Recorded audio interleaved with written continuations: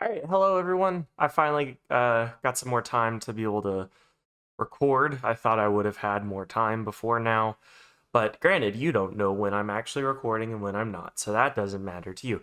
So just a little bit of a recap from last time. I actually just had to watch a little bit of the last video to remind myself of where I'm at in this, but just explained what the Holy Grail War was, how that worked, the whole Seven Servants summoning. I'm now just reading the line that's in front of me on the screen. We talked to Archer for a while. We found out that Archer is Archer and that Archer doesn't really remember who he was previously. And then we kind of were getting along and such with each other. But now we're here. Maybe I'll remember how to do voices and stuff, but we'll see. Tonight's sleep will be a fitful one. I don't know when the final master will appear, but they could be right around the corner.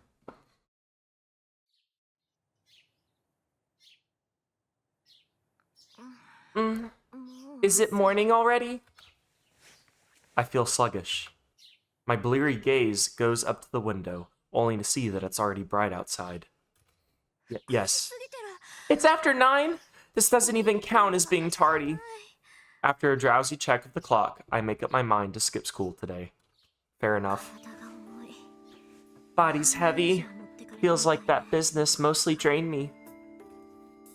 Sitting up in bed, I heave a long sigh. Not being a morning person isn't enough to explain why I feel so dull. I think Archer mentioned something about it. A master would be out of commission after summoning a servant. Yeah, you did kind of do a big girl magical stunt last night. That's right. I summoned Archer, not Saber. You clearly already remembered that. You said Archer already in the last thing. Okay, whatever. I remember it all clearly now. I'd rather not, to be honest, but it's not as if denying the facts will let me do it over.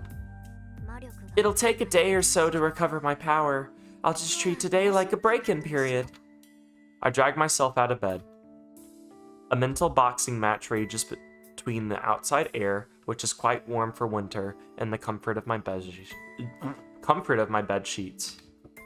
It concludes in a 3-second knockout against the temptation of going back to sleep. I check my body in the mirror. I usually, weekends, and I'm like off this week, I'm really bad about, like, I get up, I go pee, I brush my teeth, and then, like, I lay back down, like, with the best intentions of getting up in, like, 5 more minutes, and then fall back asleep again. Or I end up doom scrolling and such, which I'm trying to get out of the habit of, but, such is life. Nothing out of place, aside from the loss of half my usual magical energy. Aside from all the important stuff. Not that it's a problem. I review the situation. I summon the servant Archer. Maybe I didn't even need to do a recap. Who doesn't have an ounce of respect for his master? No, he respects you. We re-established that he has respect for you. He's a little snarky, but he has respect for you. To make matters worse, he doesn't even know who he is. Wow. Talk about a headache. I guess that means his trump card is off the table until his memories come back. Can't expect him to use a power he doesn't even remember. Servants are strong familiars all on their own, but what makes them truly formidable is the secret weapon they each possess. Oh, so he's not going to remember that secret weapon either. Frustratingly, Archer claims to have forgotten what his is. Okay, so yes. It's my fault, he's in this state, so we'll just have to make it work. We're both in the same boat then. I can only pray that he'll sort his memories out, but who knows how long that might take. Good grief, yada yada desu. I've really got my work cut out for getting interrupted, I guess, or walking to the other room. Whoa, I might have to reevaluate my opinion of him. Oh, he fixed everything. My parlor is completely back to normal. I thought he'd maybe just clear away the detritus, but the room is so spotless I can't help but be impressed. Okay. I know I know. I should know these things. Alright. Treatise. Waste of or debris of any kind. Why not just say debris? Streets filled with rubble and detritus. Again, why not just say debris? Okay. Nice little definition time is over. Have I been recording? Okay, I have. Thank goodness. For a second there, I thought I didn't hit it. Alright. I thought he'd maybe just clear away the detritus, but the room is so spotless, I can't help but be impressed. He cleaned it up. Oh, well, he put everything back together, and he did the dusting. He must have felt bad for wrecking the place. I doubt he would have gone to the trouble otherwise. I guess I ought to commend him for being a more decent guy than I. Still taking your sweet time, I see. Need to remind you we're wasting daylight? I retract my statement. There isn't a remorseful bone in his body. He's just saying you're being a lazy snob. What are you talking about? Good morning. You seem to have made yourself right at home. Did. I spent the night after all. Oh, I took the occasion to tidy up the kitchen. I expected it to be inadequate, but it's rather thoughtfully furnished. Quite well kept for a girl living alone in a mansion. I have a headache. Why do I have to put up with a servant judging my interior decoration?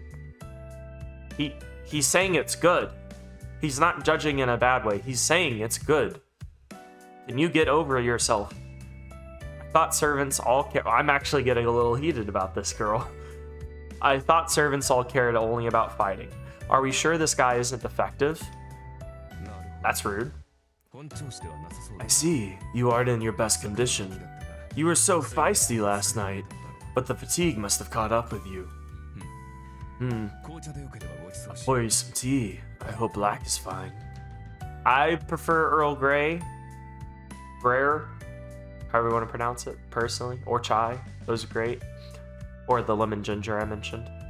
Acting like he owns the place.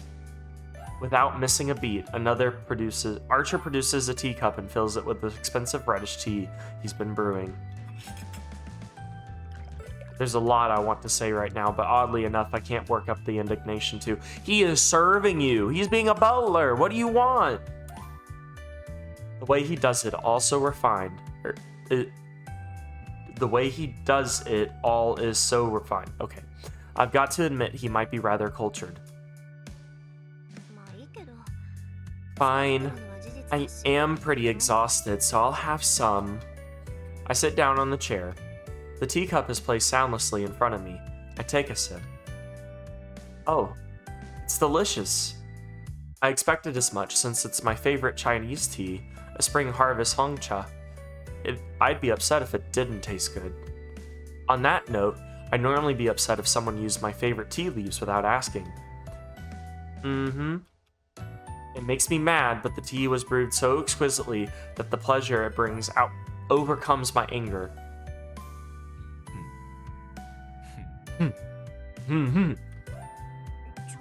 Hey, what's so funny? Well, I was going to ask how you like it, but your face tells me enough. I set the teacup down with a forceful thud.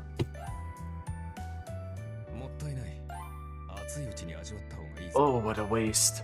You should enjoy it while it's still hot. I can leave if I'm spoiling the mood. Apparently you are. I think you're fine, but, that's just me.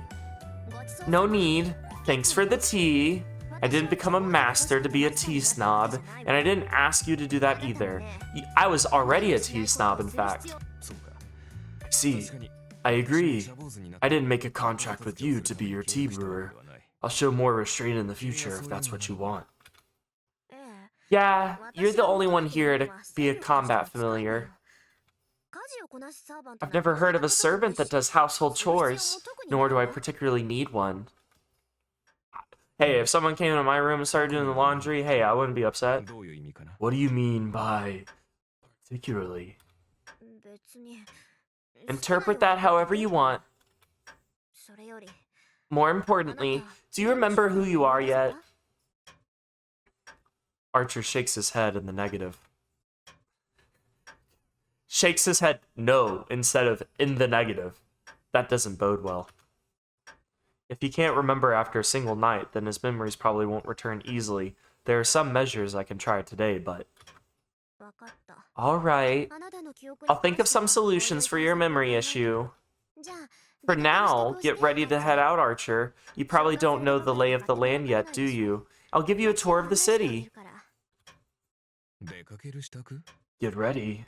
There's no need for that, surely. If we're leaving, we should go right now.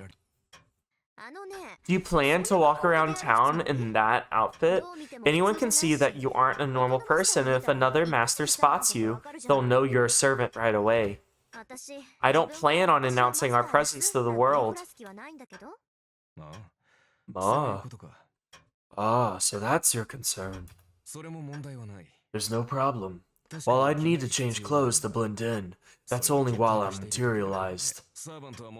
Servants are fundamentally spiritual beings. When we're out of combat, I can take an incorporeal state to reduce the burden on my master. Oh, okay. That's what makes you a heroic spirit. You need your master's magical energy to form a body. So if I cut that supply... ... You're already thinking of getting rid of him, yet you need him in order to win. He offered first time that he met you to do all the good stuff for you. Now he's being a butler for you out of nicety. And then now you're still wanting him to chunk him out the door. Some good... Oh my gosh. We naturally return to spirit form. We naturally return to spirit form. In this state, servants are more like guardian angels. We can only be observed by masters connected to a ley line. Of course, we're still capable of conversation or reconnaissance. Wow, that's handy. That would make it really hard for other masters to locate you. Yes, but just as mages can sense other mages, servants can sense other servants. A servant who is skilled in magecraft may even be able to locate other servants from afar. Archer has it in one. Masters are supposed to be capable mages. And the more magical energy the mage has, the better they are at detecting traces of magical energy. As far as I know, however, there isn't anyone else around with that degree of power. Yeah, I was about to say, if you are as powerful as what he says you are, I think, like, you will be the one detecting everybody else, not the other way around. Granted, I mean, there could be exceptions. We don't know the other people yet. So what about you? Can you tell where the other servants are? Master. Have you forgotten which class I am? Do you expect a knight to be able to scree faraway enemies? He has a point. Well, I thought you were an archer, which I would think... Oh, well, I guess, like, if you were more magical, then that would make sense. I don't know if there's a more magical class. Archer's magical ability or magical energy isn't on that level. It's likely that only the magically powerful caster is capable of easily locating distant enemies. Okay, so caster is that one. Okay, I get the advantage of I can locate the other masters from far away, but we have the disadvantage of that my summon Archer can be detected by the caster. Got it. Fine. Then follow me, Archer. I'll show you the world you've been summoned to. I will show you the world. I doubt it'll be particularly new to me. Moreover, Master, haven't you forgot something important? Huh? Something important? Makaku. My goodness, you really aren't at the top of your game. We still haven't exchanged the most critical point of our contract. Most critical point? Is he demanding equivalent exchange? No, that can't be it. The chance to take part in the Holy Grail War is already reward enough for a servant. Also, probably being, like, alive again and everything. There shouldn't be anything else left to trade. Wow, you really aren't a morning person. Archer sounds exasperated. His oh-so-sardonic manner of speech finally gives me an idea. Come to think of it, he's never once called me by my name. Rin Tohsaka. Oh crap! My name! Oh, is that the... Oh, you just mean basic introductions was the most important part of the contract, huh? Alright. Finally, caught up are we? I suppose it isn't too late. So, Master, what is your name? What shall I call you? Archer sounds sulky. Cue the endearing music. Set the candles ablaze. Romance is in the air. Not actually, but... Oh man, he really is a decent person. Yes, that's what I've been trying to tell you this entire time! But you want to be all like, oh, baka and stuff towards him. I'm sure of it now. After all, there's no tangible benefit to exchanging names. Servants are forcibly bound to their masters by the command spells. While names are key to contracting with a regular familiar, there's no need for a master and servant to be so intimate. But it's important to Archer. He's clearly trying to establish trust between comrades in arms, regardless of the command spells.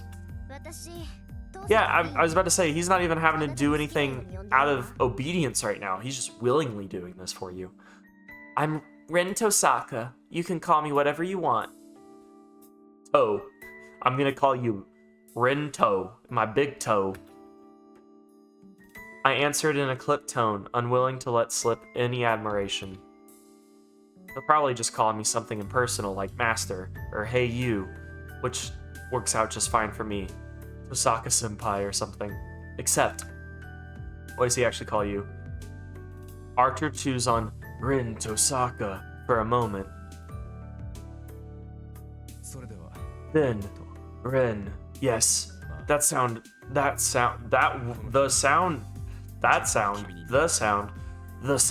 suits you very well. He says something really forward. What's wrong, Rin? You look unwell. Shut up, Baka! We're leaving, Archer. This is no time to be sitting around. I turn on my heel and storm away huffing. This is so infuriating. I'm not even sure why. Dang that Archer. Did he say that just to mess with... No, he's a nice guy. He's actually like a really nice guy. I bet he did. Definitely sounds like something he'd do. Yeah, I'm sure that's it. Must be all part of his plan to get me all flustered. Yeah, because he's gonna get so much out of getting you flustered.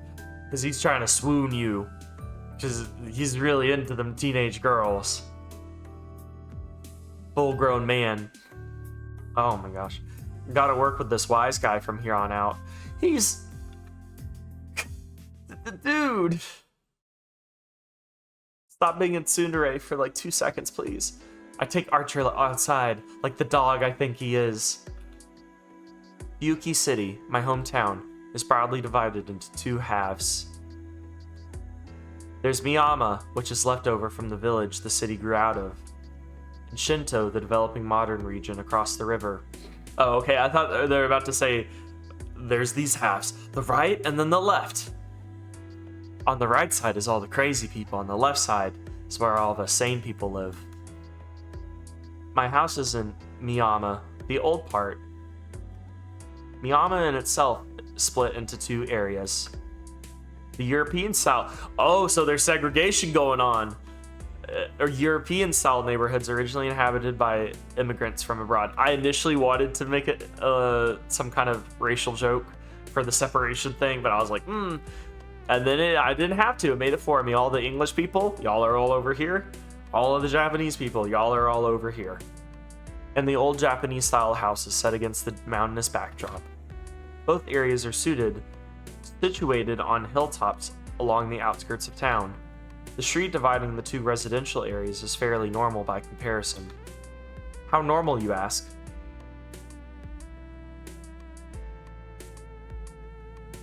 This normal. Is this supposed to be unnormal, or what do you mean? This is the crossroads of Miyama. On one side lies the road going up the hill to the European neighborhoods where I live. Oh, okay. So you're at least... Okay. Not segregation, but y'all are just... It's literally just the style of the home, and isn't like all the Europeans are on that side or anything. Opposite it is the road to the Japanese houses, and between them is the path leading into Shinto, where my school and the shopping areas are, as well as Ryodo Temple in the mountains. So the Japanese side, and then Shinto is where school, okay.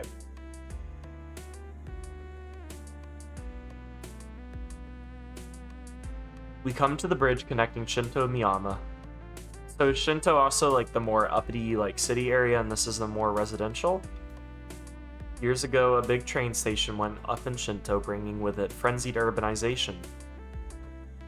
They may belong to the same municipality, but Miyama and Shinto couldn't be more different. Yeah, I've always wondered, because I know there's like in Japanese cities, it's like there's Tokyo, but like Tokyo is subdivided into different things. So I don't know if Tokyo is referring to a specific city or if it's referring to like a whole province or a district. Like I know Okinawa, that's like that's an island, but it's like its whole own district. I don't know if there's cities in that or how that works. The name Fuyuki, written with the kanji for winter tree, is supposedly inspired by the long winters here. That's fair. It's kind of cutesy, kind of demure, which by the way are pretty long. Despite that, temperatures are warm. February here is only about as cold as the very start of winter elsewhere. I bet if you randomly started digging, you turn up a hot spring or two. I think I would really like the weather there. I prefer colder temperatures, and if it was cold longer, but it was never getting like freezing, that'd be pretty awesome. Though of course, our temperate weather disqualifies this town as a hot spring resort location. We've got an odd climate where the mild winters suddenly turn to springtime bloom come April. Which means pollen sucks. This is what Shinto looks like. A number of tall buildings have been erected as if in a hurry, giving the hastily developed city a distinctly artificial feel. It all happened in the last decade or so, too. 10 years ago, never would I think I would be so interested in having architecture described to me, or like the geography and the climate of the place described to me. 10 years ago, there was a large fire that wiped out a residential area.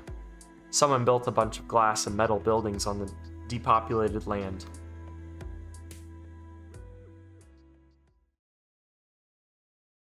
And here is the center of it all. This is Shinto's park. What are your thoughts now that we've been to all the key spots? I ask Archer, who's next to me.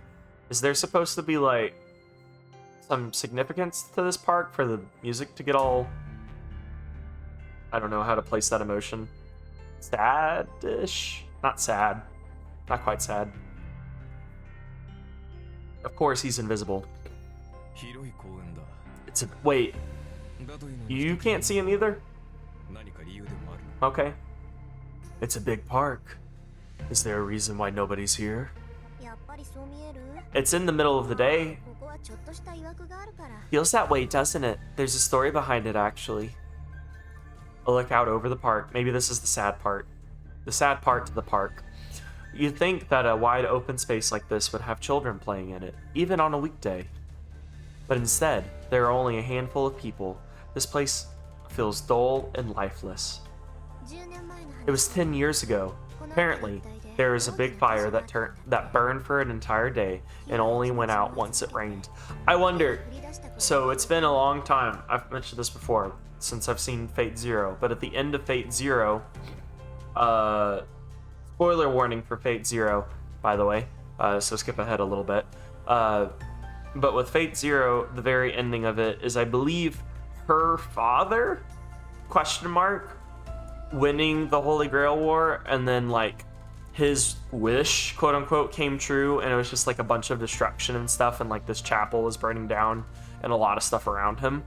I wonder if that is the fire that happened 10 years ago that caused all this to happen. I don't know if it took place in the same place. It's been years since I watched it, but that's just a theory. A game theory. Gosh, I'm cringe. Although the town was rebuilt, this place stayed basically the same. The burnt meadow eventually got turned into a park. Archer says nothing, but I can tell he sensed something odd, even if I can't see him. Noticed, have you? That's right. This is where the last battle of the previous... I called it! Yay! I called it!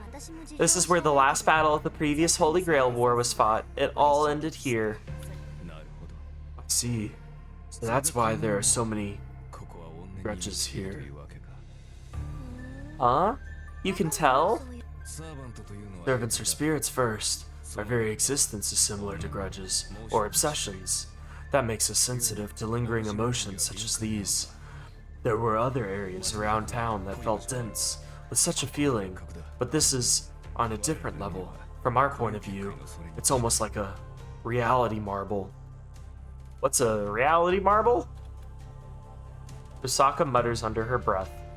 Also, I think it's kind of cool that he can sense, like, the lingering emotions and grudges, and, like, he exists on the spiritual plane, so he'd be able to easily sense that stuff. Can't sense magic, but can sense that. Archer's inflectionless voice mentions an unusual bit of magical jargon. Innate bounded fields, mages call them reality marbles. Okay. Reality marbles are considered one of the apexes of magecraft. They're said to be infinitely close to true magic. Okay, I feel like I'm getting in over my head. They're gonna explain stuff. For the last few centuries, bounded fields have served as mages' defensive barriers. To put it in simple terms, they are like a home security system with real teeth.